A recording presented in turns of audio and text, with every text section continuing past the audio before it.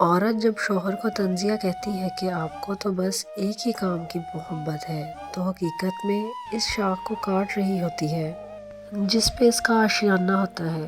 یہی ایک محبت ہے جو وہ اپنی ماں اور بہن سے نہیں کر سکتا، اور یہی محبت میاں بیوی کے درمیان پل کی حیثیت رکھتی ہے۔ یہ کوئی عیب نہیں ہے جس کا طعنہ دیا جائے۔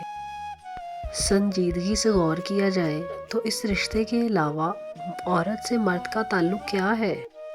یہی وہ عمل ہے جس سے مودت اور رحمت جنریٹ ہوتی ہے، جس کا حوالہ اللہ پاک نے قرآن میں بھی دیا ہے۔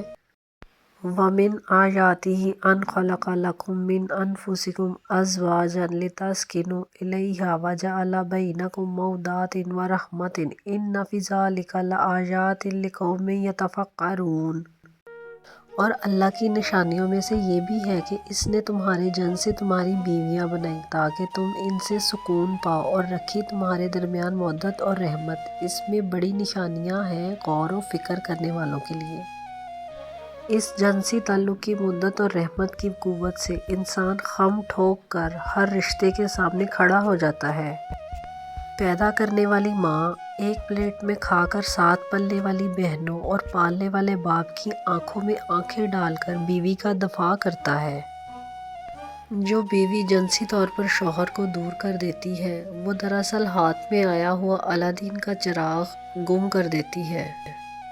جو بیوی مرد کو اپنے نشے کا عادی رکھتی ہے وہ نہ صرف شوہر، ساس، سسر اور نندوں پر بھی بلکہ بیٹوں اور آنے والی بہو پر بھی اپنی کمانڈ برقرار رکھتی ہے۔ باقی ساری باتیں فینٹیسی کے سوا کچھ نہیں۔ اپنے بناؤ سنگار، اپنی عادت و اطوار اور اپنے معنی خیز جملے بازی کے ذریعے شوہر کو اپنا عادی رکھیں۔ یہی ایک راستہ ہے دوسری تیسری بیوی کا راستہ روکنے کا۔ نشئی کو جب تک قریب ترین دکان سے نشہ دستیاب رہتا ہے وہ کبھی دور کی دکان پر نہیں جاتا۔ اس کو رسول صلی اللہ علیہ وسلم نے ایک ہی جملے میں ادا فرما دیا: جب شوہر اس کو دیکھے تو وہ اس کو خوش کر دے۔ چینل کو لائک اور سبسکرائب ضرور کریں۔ شکریہ۔